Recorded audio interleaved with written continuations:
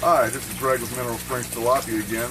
I'm going to do a series of short discussional and instructional videos that will help everybody understand exactly the way I do different things.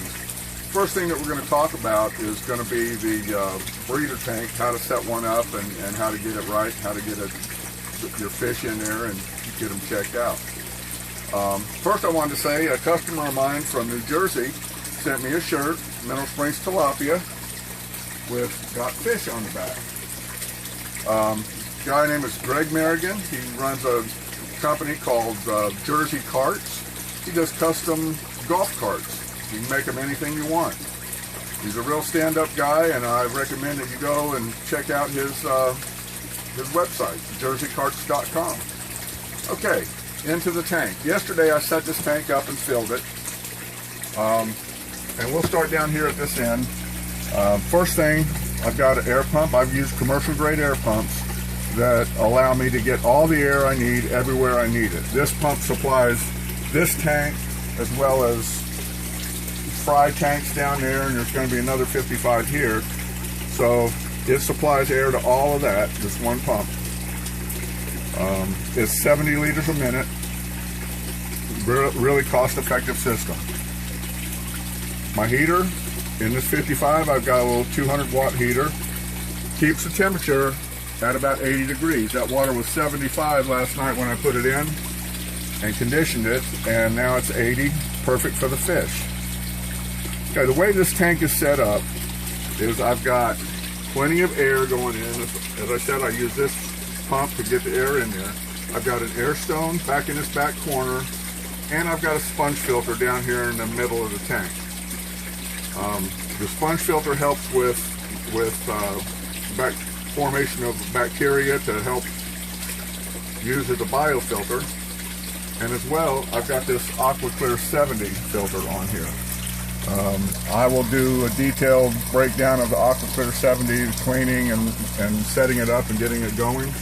It's really a great filter. I've never had a failure. I've never had any problems with it, and does a great job with biofiltration and keeping the water clean and clear. Okay, the way that I set this tank up is I always use gravel on the bottom. The males love to dig in gravel, fan out little beds here and there. So I always have gravel in the bottom. They like to pick it up. Sometimes they'll stack it in the front corner so you can't see them as well.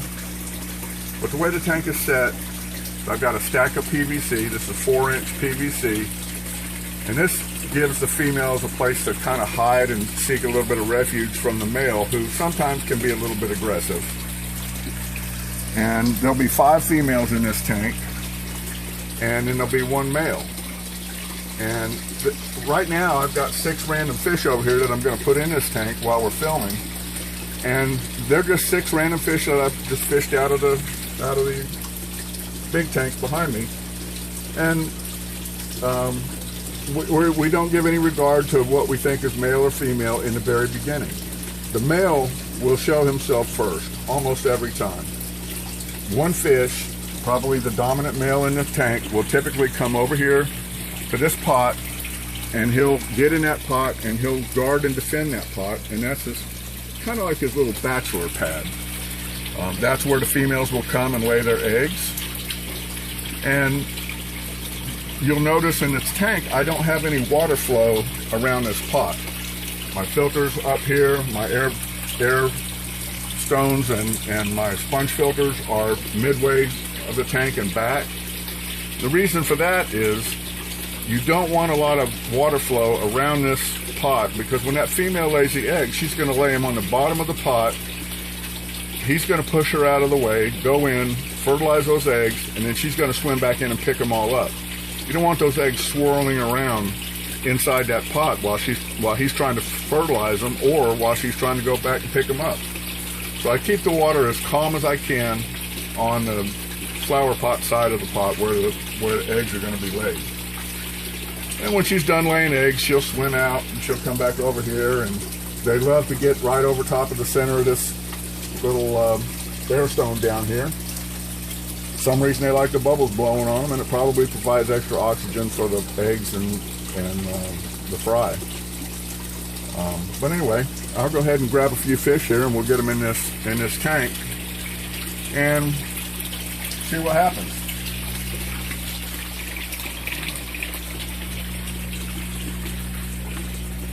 Okay, I don't stress these fish too much. I just gently pick them up one at a time. Temperatures are about level, and so there's no extra stress on these fish.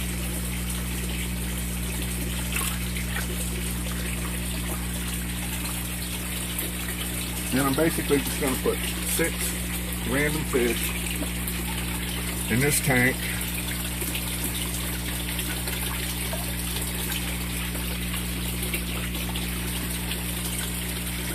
And for the next few days, we're just going to watch them, see what they do. You got one more to put in, Jordan? Mm-hmm. Okay. And we'll see what they do. The biggest fish in there is probably 4 inches, maybe 4.5. The smallest fish in there is probably in the 3-inch range. We'll see what once they get used to this water, they'll start swimming around. They'll go in and out of the pipes. They'll be hungry like they always are. You can see they've got little fat bellies on them right now because they just got some dinner a minute ago. And a lot of these could be, you know, we'll look at them, we'll see these fish that have the spot on the back edge of the dorsal. Those fish tend to be females in my system. They tend to be females. Now that's not a guaranteed thing, it's just something that I've noticed over time setting these tanks up. But they don't seem stressed out. They're getting used to the water right now, so I'm sure the chemical makeup is a little bit different.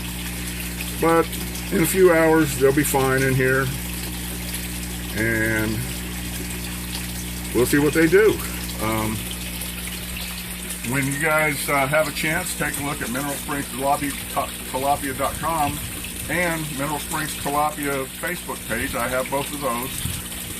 And if you have any questions or comments, make sure you make them on this video, and I will get them answered. If you have any other specific questions, you know, look on my Facebook page is my phone number. You're welcome to call me at any time. I'm always available to help you out in any way I can.